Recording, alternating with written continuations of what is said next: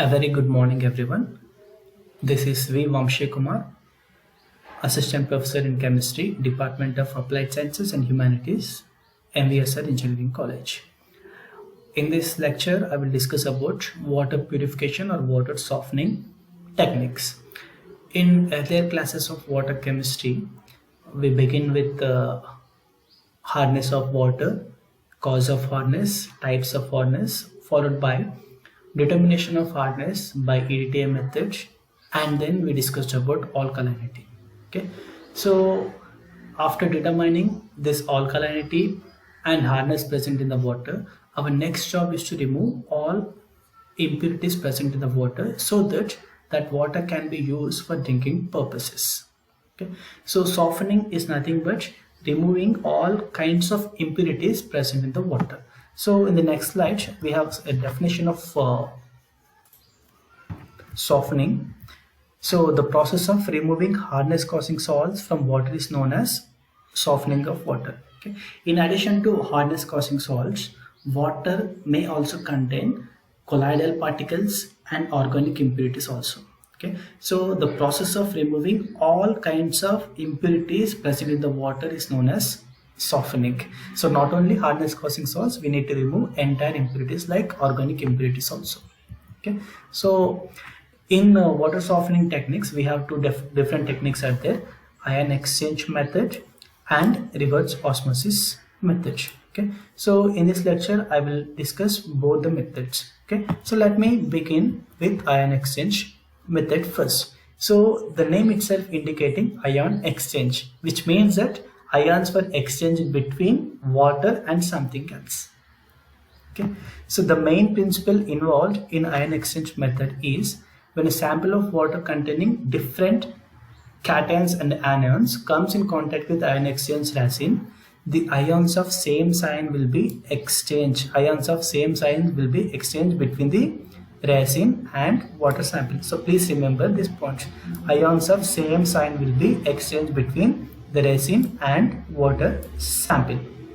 Okay, so here guys, water contains both cations and anions. So if I use only single resin, that won't solve my purpose, because a single resin contains only one type of ions. It might be either anions or cations. Okay, so for this purpose I need to use two different resins. So the two different resins are cation exchange resin and anion exchange resin. So here when I pass water through cation exchange resin, all the cations like calcium and magnesium ions will be absorbed by the cation exchange resin, and it will give equivalent amount of some other cations. Okay, please remember. And similar fashion, when water is in contact with anion exchange resin, all the anions like carbonates, bicarbonates and chlorates will be absorbed by the anion exchange resin, and it gives equivalent amount of other anion. So I said that other cation and other anion. Here guys, so my water is containing calcium and magnesium cations and carbonate, bicarbonate anions, say for example. Okay, so when I pass water through cation exchange resin, all the calcium and magnesium ions will be absorbed by the resin, and it will give equivalent amount of some other cation, say for example. And similarly, when water is passed through anion exchange resin, all bicarbonate and carbonate anions will be absorbed by the anion exchange resin, and it is giving some other anions. Okay, so which means that I am able to exchange anions and cations, but I am not able to remove all these things. Okay, so which means that my cation exchange resin is capable of giving H plus ions, and anion exchange resin is capable of giving OH minus ions into the solution. Okay, so ions of same sign will be exchanged between the resin and water, I said. Okay, so cation exchange resin should give H plus ions into the water, and anion exchange resin should give OH minus ions into the water. Then only we can remove all cations and anions, and we will get a pure water. Okay, so for this purpose I will use organic polymers. The main purpose for using organic polymers are, these are porous, insoluble material, and they are highly inert to any kind of solutions. Okay, so here I'm using the copolymer of styrene, which is nothing but vinyl benzene and divinyl benzene. Okay, and guys, when we discuss about polymers, polymers are very strong, very highly non-reactive in nature. But I said that cation exchange resin is capable of giving H plus ions into the water, and anion exchange resin is capable of giving OH minus ions into the water. So when you see any polymer, all hydrogens are bonded to carbon only. So we cannot remove this hydrogen from, we cannot remove this H plus from carbon there. Okay. So here this polymer is only a binder. Actually, the functional groups attached to the polymer chain are responsible for ion exchange property. Okay, so I am taking a polymer chain, a long polymer chain, and I'm attaching some organic acidic functional group and basic functional groups, so that these acidic functional groups will give H plus ions into the water, and basic functional groups will give OH minus ions into the water. So here the main, the functional groups which are attached to the chain, the functional groups which are attached to the polymer chain are responsible for ion exchange properties. Okay, so let me focus on ion exchange resins first. Okay, so both cation exchange resin and anion exchange resin are made up of two different monomers, that is called vinyl benzene and divinyl benzene, styrene and divinyl benzene. So for both anion exchange and cation exchange resin, the polymer structure is same, only difference is the functional groups. So I said that the functional groups which are attached to the polymer chain are responsible for exchanging these anions and cations. So when I see some organic functional groups like carboxylic acids, sulfonic acids, so these are highly acidic and these are capable of giving H plus ions into the solution. In a similar fashion, if I change this functional group, this acidic functional group with some basic functional group, then it can act as anion exchange resin. You can see here. Okay, so only difference is we removed this acidic functional group with a basic functional group here, and these are capable of exchanging OH minus ions like this. Okay, so this basic functional group contains generally quaternary ammonium salts. So here I am using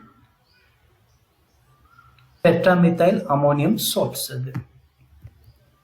Okay, the process is, first thing, water is passed through cation exchange resin and followed by anion exchange resin.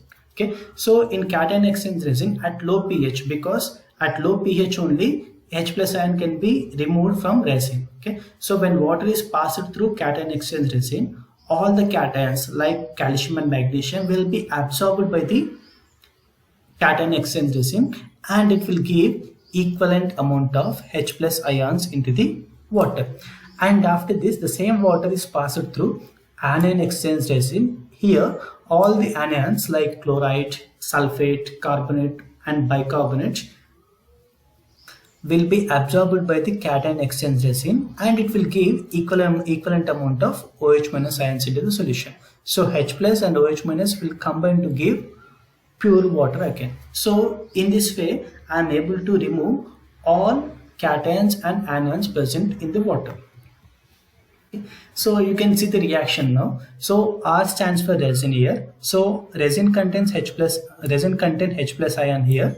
So when it is in contact with water containing calcium and magnesium ions, so this H plus ion will be exchanged between the resin. The ions of same sign will be exchanged between the resin and the water there. So cations present in the water are attached to resin, and H plus which is attached to resin comes into the water there. Similar fashion here also OH minus ion from the resin comes into the water, and all the anions will be absorbed by the resin here. Okay. Now, so at the beginning my resin contains a large number of H plus ions and large number of OH minus ions are there. So after multiple usage, all the H plus ions were replaced by this impure calcium and magnesium cations, and all the OH minus ions were replaced by anions from the water there. So which means that after some multiple uses, I cannot use the same resin. So I need to regenerate all H plus and OH minus ions in the resin. Okay, and for the regeneration of H plus and OH minus ions in the resin, the same cation exchange resin is treated with dilute hydrochloric acid, and anion exchange resin will be treated with dilute sodium hydroxide solution. So when these are treated with dilute hydrochloric acid and dilute sodium hydroxide solution, all H plus and OH minus ions were replenished in cation and anion exchange resins respectively. Now coming to the advantages and disadvantages of this ion exchange method. So ion exchange method can remove all cations and anions present in the water. Okay, so but the main disadvantage of ion exchange method is it is highly expensive and it cannot remove organic and colloidal impurities, because I said that the main principle itself is saying that it can capable of exchanging ions of similar sign. Okay, so organic and colloidal compounds do not have any sign. I mean they are they are not cations and not anions. So in this, using this ion exchange method, we cannot remove organic and colloidal impurities. So for removal of organic and colloidal impurities, we need to look for some other techniques. Okay, so the main advantage of ion exchange method is it can capable of removing all hardness causing salts, I mean all inorganic cations as well as anions, but it cannot remove organic impurities. In addition to that, the method is highly expensive, so that won't solve our drinking, I mean municipal drinking. This method cannot be useful for municipal drinking water because it is expensive. So for this purpose, I mean in order to remove organic impurities also, we need to go for other technique. So the technique is called as reverse osmosis method.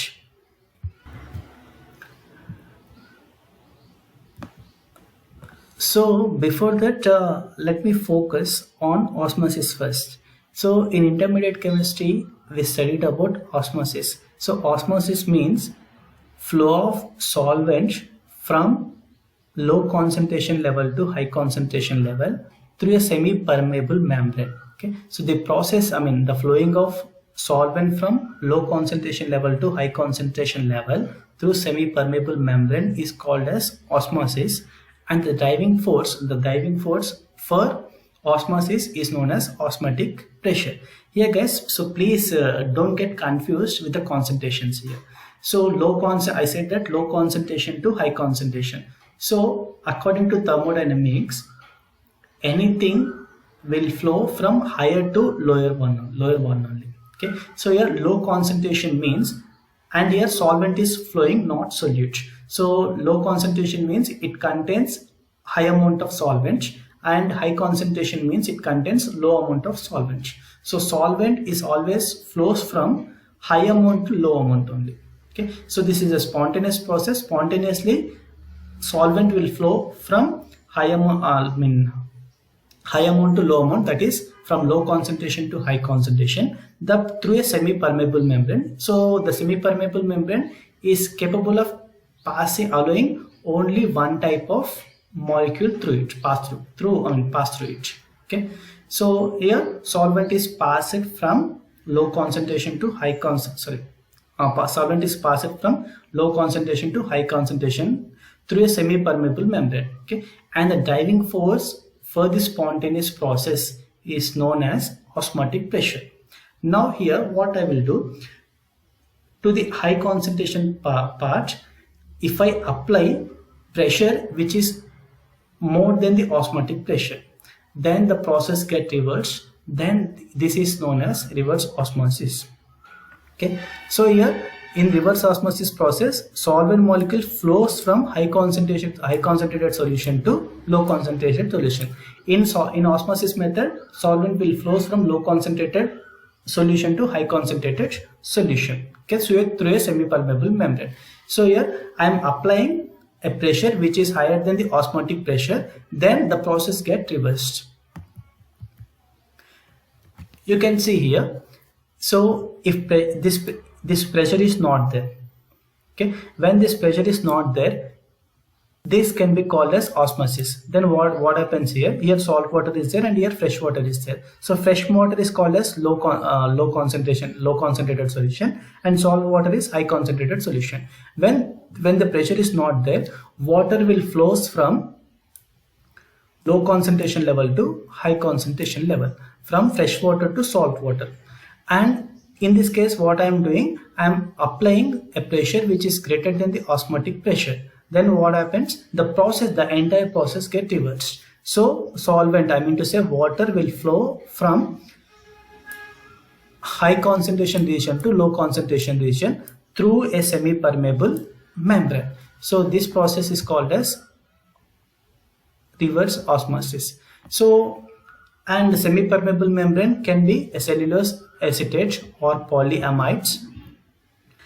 And everyone, we know guys, we are in our homes, we are using RO purifier. RO purifier means reverse osmosis purifier. Okay, so the main advantage of RO purifier is it is less expensive. It can remove all impurities. And please remember guys, we said that it can remove all impurities. In fact, it is extracting a pure water from impure water. That's it. It is not removing all impurities. So the main disadvantage of reverse osmosis technique is the concentration in the residual water is increased. Here, when I use 5 liters of water, 5 liters of tap water, so from 5 liters of tap water, I can get only 1 liter of pure water, which means that the 4 liter of impure water is thrown into the rivers again. Like one small calculation, my 5 liter of water contains 100 ppm of impurities. So which means that for each liter there is 20 ppm of impurities. And when it is subjected to the reverse osmosis, from the 5 liters I am able to extract 1 liter of pure water, and the entire impurity is now concentrated on 4 liters of water now. So which means that earlier it was 20 ppm per liter. Now it is become 25 ppm per liter. Okay, so here the main disadvantage of reverse osmosis is the impurities in the residual water increases, and that we are throwing into the rivers. So even the rivers also get polluted.